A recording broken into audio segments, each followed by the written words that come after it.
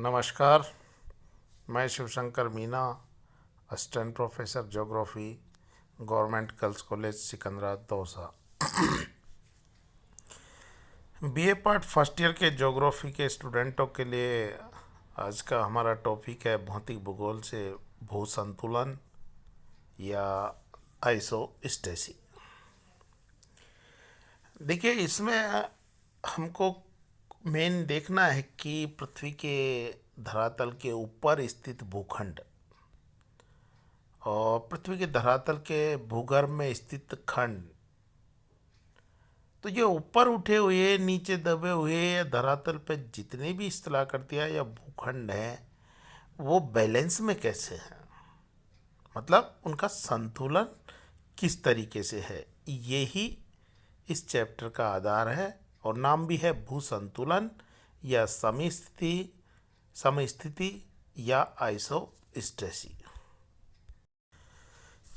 किसी भी टॉपिक को पढ़ने से पहले सबसे पहले उसका डिटेल जाना जाता है कि इनकी उत्पत्ति कहाँ से हुई या ये वर्ड किसने दिया, फिर उसको स्टेप बाय स्टेप करके अपन आगे की डिटेल की स्टडी करते हैं। मैंने अभी थोड़ी देर पहले बताया था कि पृथ्वी के ऊपर स्थित भूखंड या भूगर्भ में स्थित का भूखंड ये किस तरीके से बैलेंस है, वही भू संतुलन या समस्थिति कहलाता है। तो देखिए, भू संतुलन जो शब्द है उसका इस वर्ड का सबसे पहले प्रयोग किया था एक भूवैज्ञानिक थे डटन साहब। उन्होंने 1889 ईस्वी में सबसे पहले भू संतुलन शब्द का प्रयोग किया था या उस शब्द को यूज में लिया था। ये क्वेश्चन ऑब्जेक्टिव क्वेश्चनों में काफ़ी बार आता है कि भू संतुलन शब्द का प्रयोग सबसे पहले किसने लिया था। ऑप्शन देतेगा डटन, हटन, हम्बोल्ट, रीटर। तो डटन और हटन में कंफ्यूज नहीं होना, क्योंकि आइसोस्टेसी वर्ड दिया था डटन महोदय ने। और इस वर्ड का प्रयोग उस दशा के लिए किया जिसके अनुसार भूपटल के विभिन्न खंड जैसे महाद्वीप, पर्वत, पठार, मैदान, सागर की तली आदि, अर्थात महाद्वीप में पर्वत पठार ऊपर उठे हुए भाग है, सागर की तली नीचे वाला भाग है, तो ये अलग अलग ऊंचाई रखते हुए भी घूमती हुई पृथ्वी पर संतुलन या संतुलित रूप में स्थित है। तो इस बैलेंस की स्थिति को ही भू संतुलन कहा जाता है। इसमें कई सारे सिद्धांत हैं, एरी का, प्राट का, होम्स का, और इसमें से भी सबसे इम्पोर्टेंट सिद्धांत है एक तो एरी का और एक प्राट का। तो एक एक सिद्धांत को लेके चलते हैं और मेरी आपसे एक रिक्वेस्ट है कि इन वीडियो के माध्यम से हम, हो सकता है कि पूरी डिटेल से नहीं समझा पाए, लेकिन ये कोशिश करते हैं कि आपके जो टॉपिक है उसकी बेसिक चीज़ या पूरी डिटेल अच्छे से समझ में आ जाए। लेकिन आपको ये करना होगा कि इस फर्स्ट पेपर के लिए, भौतिक भूगोल के लिए, सविंद्र सिंह की बुक भौतिक भूगोल ये खरीद लेना। जो मैं टॉपिक्स आपको वीडियो के माध्यम से बताता हूँ उसकी बेसिक चीज़ें बता दूंगा, अच्छे से दिमाग में बैठ जाएगी। उसके बाद अगर उस चैप्टर को एक बार बुक में से और पढ़ लेते हो तो आपको अच्छी तरह समझ में आ जाएगा। और फिर भी समझ में नहीं आता है तो बेझिझक हमसे आप पूछ सकते हो। तो भू संतुलन का अर्थ समझा हमने और डटन महोदय ने इसको सबसे पहले 1889 ईस्वी में दिया। और अब इसके भू संतुलन के सिद्धांतों पर चलते हैं। तो सबसे पहला सिद्धांत है एरी का सिद्धांत। मैंने आपको पृथ्वी की आंतरिक संरचना के बारे में बताया, तब बताया था कि सियाल, सीमा, नीफे सबसे पहले स्वेस महोदय ने विभाजित किया था पृथ्वी की आंतरिक परतों को। उसके बाद क्रस्ट, मेंटल कोर भी बताया था। तो एरी महोदय का क्या मानना है कि सियाल सीमा के ऊपर तैर रहा है। सियाल सबसे ऊपरी पार्ट पृथ्वी का, सीमा मध्यवर्ती और नीफे एकदम आंतरिक पार्ट था।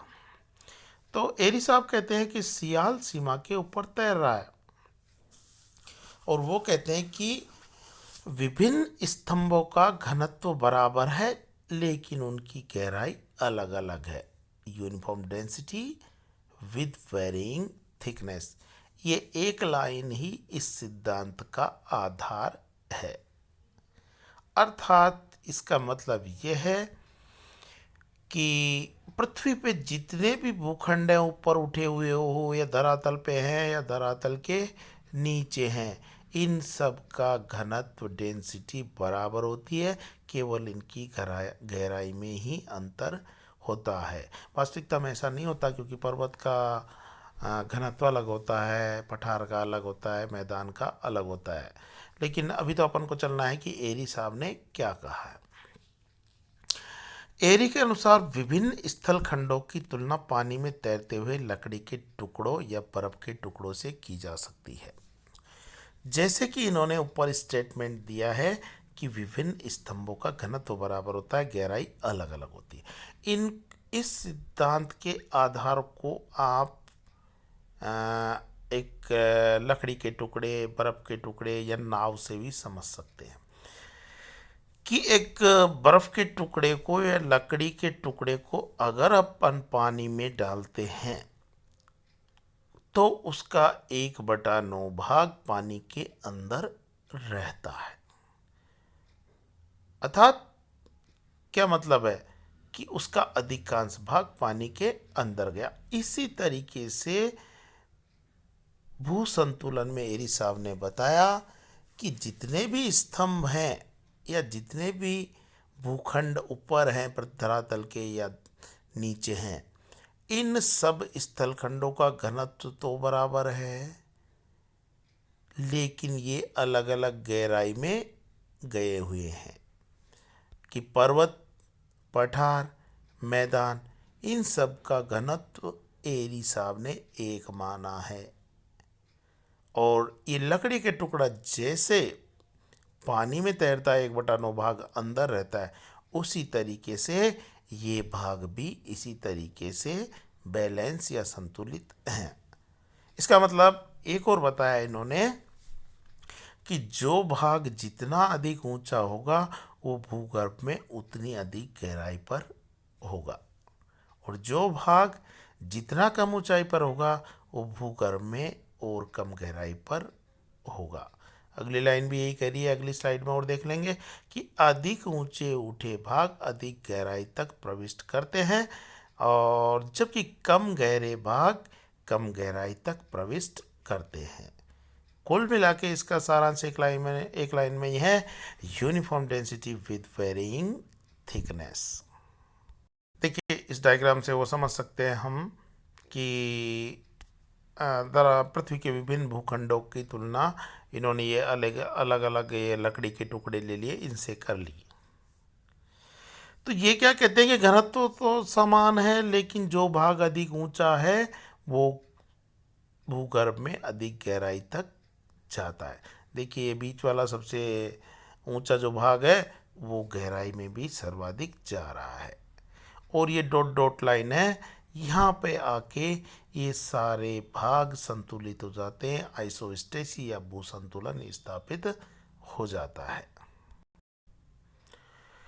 और एरी साहब का मानना था कि पर्वतों की जड़ें होती है, इसी कारण इसको रूट हाइपोथेसिस या जड़ संकल्पना भी कहते हैं, और इनके सिद्धांत का समर्थन होम्स एम जोली नामक विद्वान ने भी किया था। एक बार मैं आपको समरी के तौर पे फिर से बता देता हूँ कि एरी साहब ने कहा कि uniform density but varying thickness, अर्थात सभी स्थलखंडों का घनत्व समान होता है लेकिन गहराई अलग अलग होती है, और एक पर्टिकुलर जगह पर ये अपना बैलेंस स्थापित करते हैं और पूरे भूखंड एक बैलेंस की स्थिति में रहते हैं। दूसरा सिद्धांत है प्राट का सिद्धांत। ये एरी से एकदम अलग मत रखते हैं कि इनके अनुसार पहाड़ों की चट्टानों का घनत्व पठारों से कम और पठारों का मैदानों से कम, और मैदानों की चट्टानों का घनत्व समुद्र की तली की चट्टानों से कम होता है। अर्थात ऊंचाई एवं घनत्व में विपरीत संबंध है। किसके अनुसार? प्राट के अनुसार। जो स्तंभ जितना अधिक ऊंचा है उसका घनत्व उतना ही कम होगा, एवं जो स्तंभ जितना नीचा है उसका घनत्व उतना ही अधिक होगा। Bigger the column lesser the density and smaller the column greater the density. तो एक जो घनत्व में अंतर है, जबकि एरी ने क्या माना था कि घनत्व सभी का समान होता है, तो ये प्राट के अनुसार इन घनत्व में असमानता ही इनको बैलेंस करती है या भू संतुलन स्थापित होता है। और इसके बाद क्या बोलते हैं प्राट साहब कि इस प्रकार प्राट के अनुसार इस प्रकार विभिन्न स्तंभों का भार संतुलन रेखा पर बराबर होता है। जैसे कि एरी के में कहा था मैंने, ऊपर जो वाटर लेवल है वहाँ पर डॉट डॉट लाइन है, वहाँ जाके संतुलन स्थापित हो जाता है। इसी तरह इन्होंने प्राट साहब ने इस संतुलन को बोला कि ये संतुलन रेखा होती है, अर्थात यहाँ पर सभी भूखंडों का संतुलन समान होता है या बैलेंस होता है, और इसी कारण ये पृथ्वी पर भू संतुलन या आइसोस्टेसी होती है। इस प्रकार प्राट का प्लवन के नियम में नहीं है विश्वास, बल्कि क्षतिपूर्ति तल नियम में विश्वास करते हैं। अर्थात क्षतिपूर्ति तल क्या होता है कि जहाँ पर ये सारे भूखंड एक साथ बैलेंस की स्थिति में रहते हैं। और प्राट साहब के सिद्धांत का समर्थन किया था हैफोर्ड तथा बोवी ने। ये देखिएगा प्राट साहब के सिद्धांत का एक चित्र में निरूपण है कि इन्होंने क्या कहा कि गहराई तो समान होती है। देखिए ये गहराई समान बता रखी है, दो कोई स्थल खंड है, लेकिन इनकी ऊंचाई में अंतर है। और लाइन ऑफ कंपेंसेशन या क्षतिपूर्ति रेखा जो है, यहाँ पे आके ये बैलेंस हो जाते हैं और सम स्थिति स्थापित हो जाती है। अब